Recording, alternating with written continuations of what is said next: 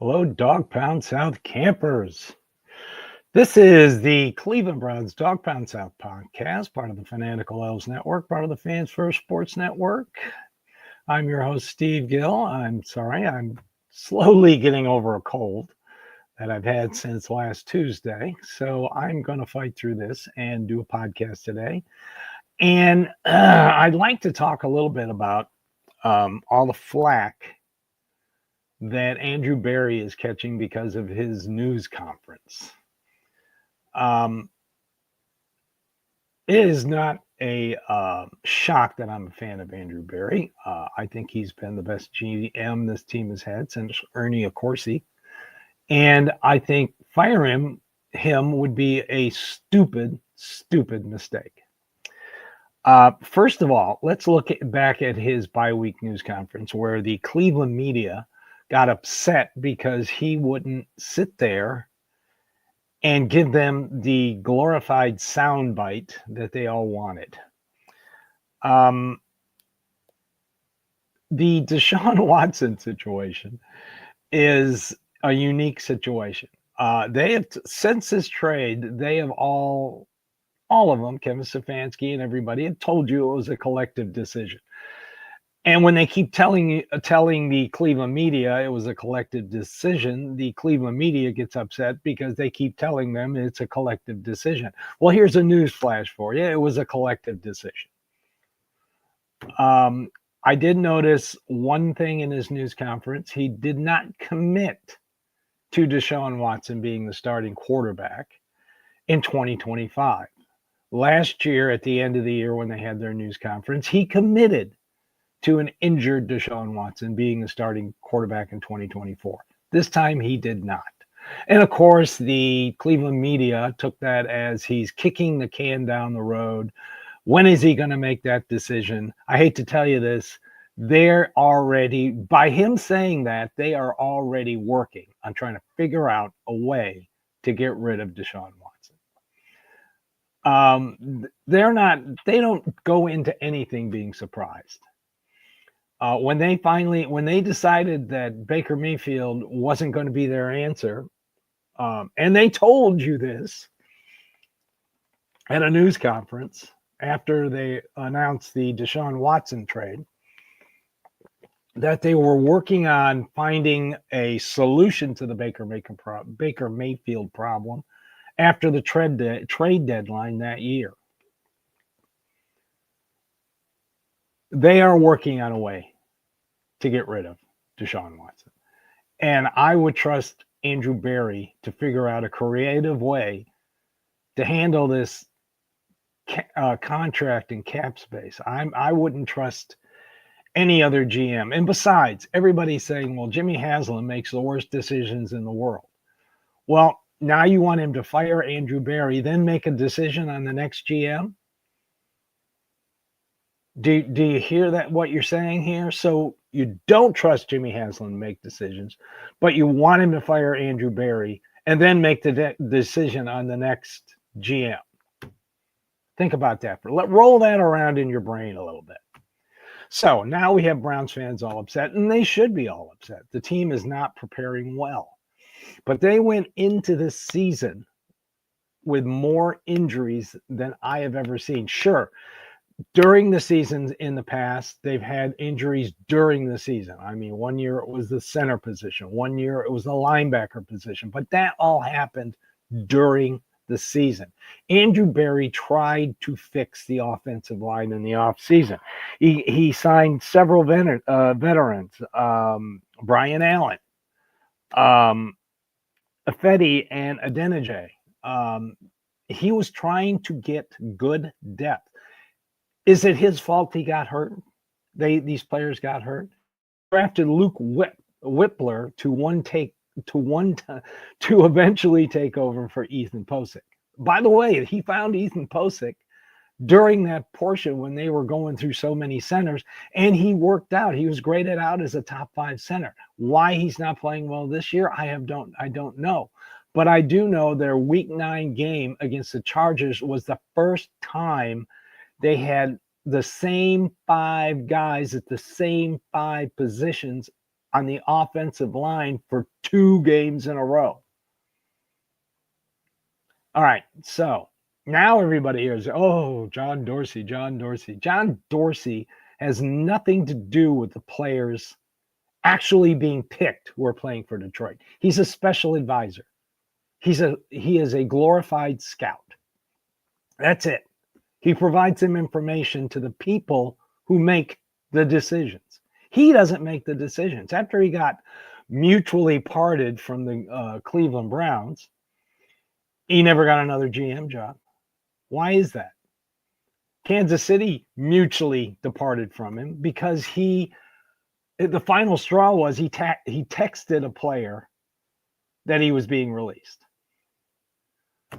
That just doesn't work in the modern NFL. He also passed on Josh Allen and Lamar Jackson. He also hired Freddie Kitchen because he knew he could control Freddie Kitchens. In today's NFL, you can't have one guy having all the control. It does not work. Remember Butch Davis? Butch Davis thought all he had to do was sign the players he recruited at the U, and he would be fine. It doesn't work like that anymore. It just does not work. So now we're all watching Baker Mayfield and Joe Flacco. Baker Mayfield, it took 3 teams to quit on him before he finally realized, does he want to be a starting NFL quarterback or does he want to be Derek Anderson? So I'm glad Baker Mayfield grew up and finally realized that to become a successful NFL quarterback, you got to do the work. Joe Flacco, well, he's 39 years old. He threw 3 more picks yesterday in a loss to the Bills, Josh Allen and the Bills. So, you can shoulda, coulda, woulda yourself to death. But it's just not wise to blow this thing up and start all over again. Let's take a quick break, and then when I come back, we'll talk a little bit more about it.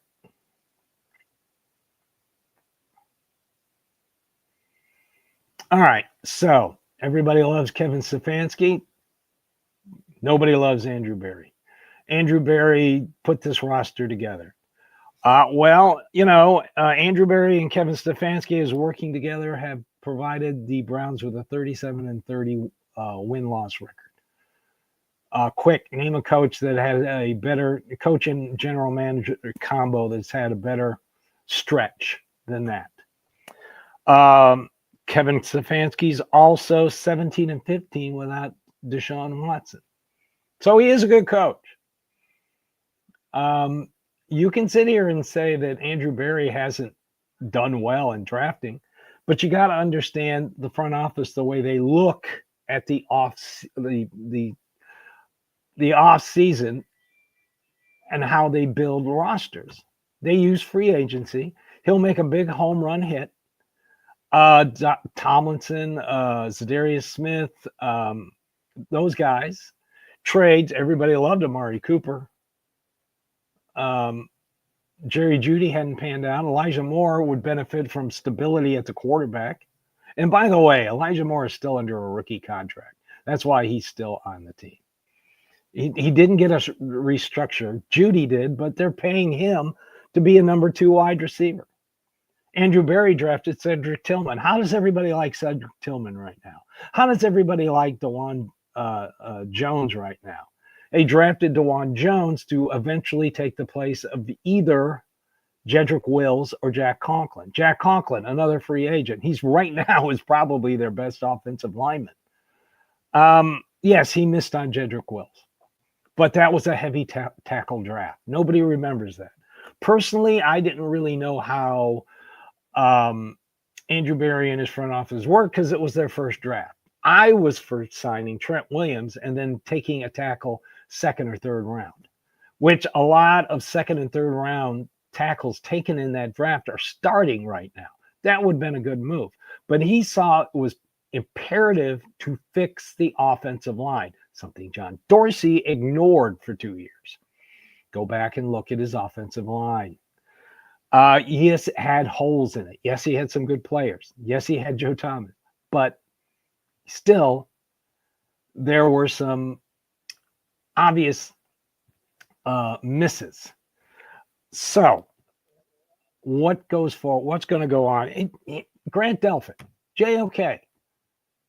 So that's a terrible GM. That's a guy who doesn't know how to draft. Just because you think you can do better because you have a fantasy football team doesn't make you a GM. There are only 32 NFL GMs and there are only 32 head coaches. It's pretty elite. So I would, and I'll say it again, firing Andrew Berry at this time would be stupid. Just plain stupid.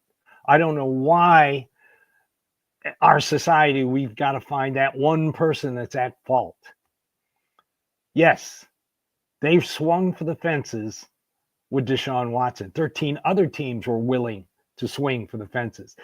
Have you not looked at the past history of quarterbacks with this team? Baker Mayfield was a hot mess. He thought he knew more than the coaches knew. He didn't. He's finally figured it out. And like I said, I'm happy for him. Will he lead the Tampa Bay Bucks to a Super Bowl? I doubt it because he's still Baker Mayfield.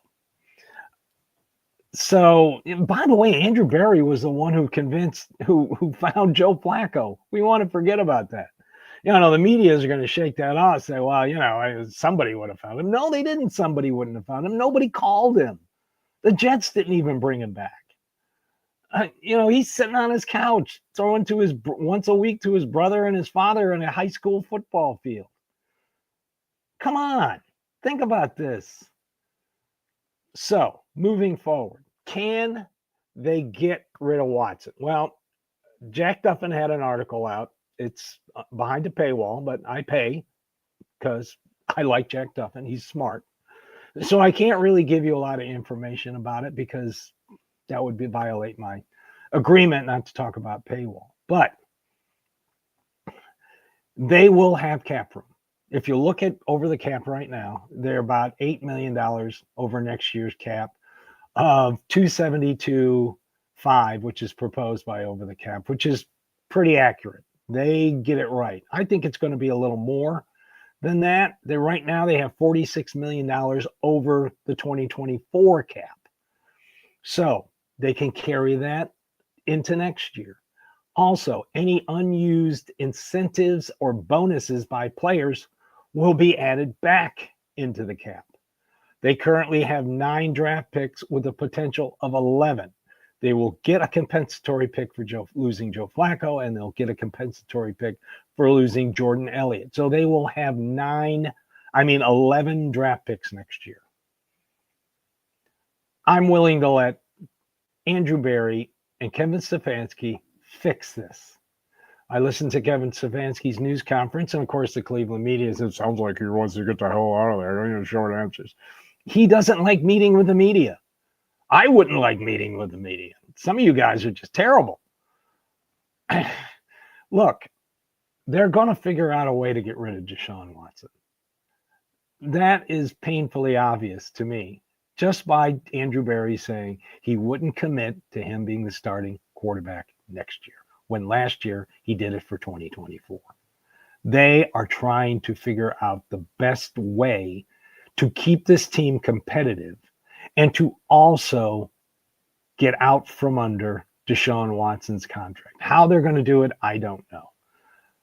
I haven't read Deshaun Watson's contract, and nobody else has either. I mean, it's probably size of a phone booth. A phone book, for those of you who remember what a phone book is. But I have complete faith that Jimmy Haslam is not going to can Andrew Berry.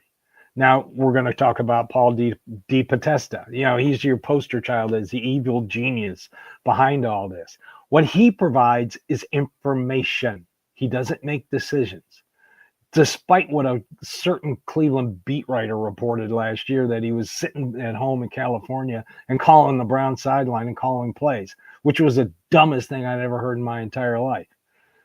He provides information. As many of you know, I'm a tax preparer. I'm an accountant, and I've done it for quite a while. I just finished year 32, getting ready for year 33. My clients provide me with information. I take that information. They don't decide what's taxable and non-taxable. They don't decide what's a revenue and an expense if they own their own business. I decide that.